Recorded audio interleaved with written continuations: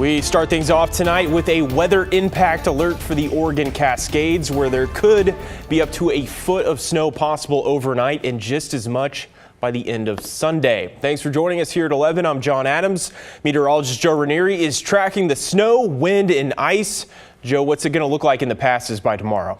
The best way to describe the passes here in the next several hours will be a mess. We're already starting to see heavy downpours with just rain showers throughout the coast of the valley. Meanwhile, you go from the Oregon Cascades, you don't have to go very high. Right around 3,000 feet is where you're going to be seeing that snow really start to pile up. Along with the snow, you're also going to be seeing some pockets of freezing rain heading into parts of tomorrow. So be aware of that. Now, the snow level where the advisory will be in place, winter storm warning will be in effect early tomorrow morning until Monday morning. There's a 24-hour window where that warning will be up. It's got 3,500 feet and higher. So here's a look at the weather impact alert at the Oregon Cascades. It's tonight through Monday morning, early, right around 4 a.m. Heavy snow and ice, very slick roads. There will be some locations where it is going to be very challenging to drive over the mountain passes here the rest of this weekend and into early Monday as well. So winter storm warning is up tonight through early Monday morning. Heavy snow and ice tonight, anywhere from 3 to 7 inches of snow.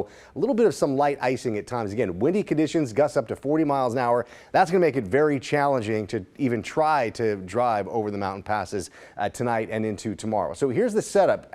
Really, the snow showers, John, are going to be nonstop late tonight and early tomorrow morning. They don't really let up much even into tomorrow afternoon. We'll transition throughout the coast and the valley from rain to more scattered showers by, I'd say, 8:30, 9 o'clock in the morning. And then there's a threat of some thunderstorms developing by the afternoon and into tomorrow night. You can kind of see some of those yellows and oranges. Well, that's where their thunderstorms could be rolling in by the northern part of the Oregon coast throughout tomorrow afternoon and into the evening hours. And coming up in my detailed forecast, Sean, I'll talk about how much rain we've already seen this month and how much rain we could be seeing here the last couple of days of December. All right, Joe, thank you. We'll see you later in the show. Let's get to tonight's top headlines, but first a warning. The following video may be disturbing to some viewers. A commercial airplane crashed and burst into flames at an airport in South Korea today. All but 2 people on board are presumed dead. Authorities say the flight from Bangkok was carrying 175 passengers and 6 crew members when it skidded off the runway while landing at the Muan International Airport. The plane hit a barrier and was engulfed in flames. A spokesperson for the National Fire Agency says 1 passenger and 1 crew member have been rescued. South Korea's emergency office says the plane's landing gear appears to have malfunctioned. The number of people living homeless in the United States jumped 18% this year. Families with children saw the biggest increase at 39%. That's according to the Department of Housing and Urban Development, which took a national count back in January. It reports more than 771,000 people across the country were homeless at that time. Federal officials blame a lack of affordable housing, inflation, stagnant wages, natural disasters, and immigration. And parts of the U.S. are seeing severe weather during one of the busiest travel weekends of the year. Thousands of flights have been delayed, hundreds more canceled. 22 million people are at risk of severe weather, producing 70-mile-per-hour winds and 2-inch hail. Closer to our area, mountain snow piling up in Washington is making travel difficult to impossible.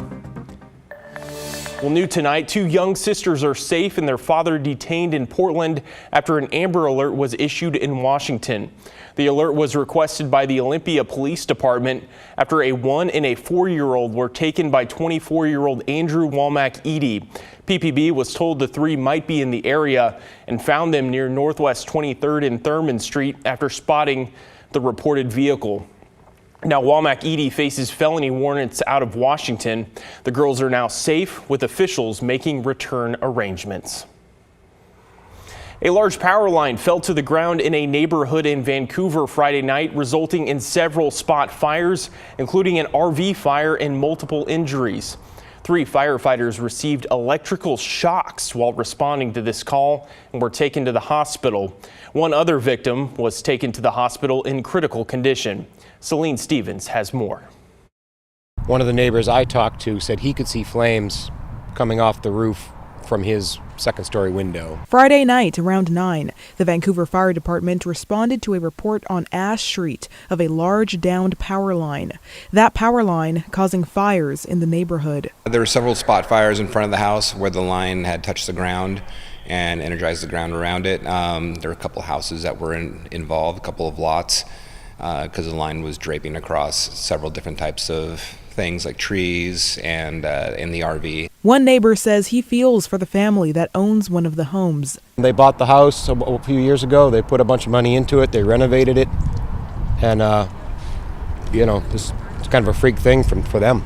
Seems to have just scorched the earth right here with what we believe is a power line. Vancouver Fire Department says there was also a victim on scene who was unable to move and calling for help. But as firefighters responded, we were trying to extricate him from where he was at. A couple of firefighters noticed that they were getting shocked. That victim was taken to the hospital in critical condition.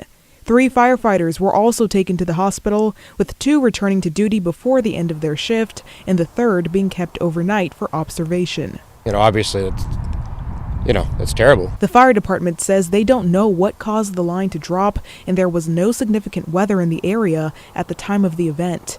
A neighbor expressed his concern over what could have caused the accident. If the power lines are more likely to fail due to a lack of maintenance or getting old, I would like to see the neighborhood get checked under the presumption that most power lines in the area are probably of similar age. Celine Stevens, KGW News. Well, power was shut off to the entire neighborhood so crews could focus on the fire. The fire department does not have an estimate for when power will be restored. Developing tonight, the Lane County Sheriff's Office is searching for this man, 63-year-old Robert Bennett of Cottage Grove, who was last seen Friday on the banks of the Bryce Creek east of Cedar Creek campground in the Umpqua National Forest. Bennett has a hunched posture and issues walking. Anyone with information on his whereabouts is asked to call the sheriff's office. New tonight, 2 Portland men have been found dead after they went missing in eastern Skamania County, Washington. The family of the men reached out early Christmas after they never returned home as they planned to on Christmas Eve. The family said the 2 were searching for Sasquatch. After a 3-day search involving more than 60 volunteer search and rescue members, their bodies were found in a heavily wooded area of the Gifford-Pinchot National Forest. Their cause of death is believed to be exposure. Public Works crews in West Salem have been busy repairing 2 water main breaks. This started when one main broke Thursday afternoon near Bowden Lane and Trent Avenue. They redirected the wastewater flow to an adjacent sewer main, but then that failed on Friday morning. Salem crews fixed one main last night with limited service restored as of this evening. People in West Salem have been asked to reduce water usage while repairs continue, which is expected to wrap up tomorrow morning. Well, it's one of the busiest times of the year for airports, and SeaTac in Seattle is no exception. Sebastian Robertson tells us how airline travelers are navigating the busy holiday season, which included 2 high-profile incidents involving passengers at the airport. Mom Michelle Ryan of Ketchikan, Alaska, came prepared to wait Saturday morning. You just never know what's going to happen, and we don't really have a lot of options. Like, if you miss your flight, you're here for 2 days. A flight back home for her involves crossing the pass.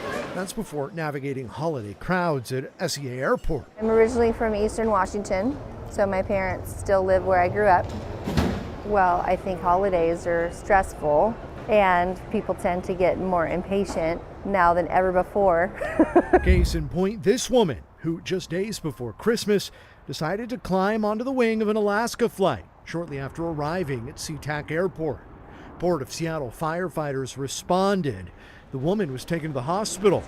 And then there's the mystery of the ticketless passenger. It's scary, especially this time of year when there are so many passengers flying, and it makes it easier to make mistakes.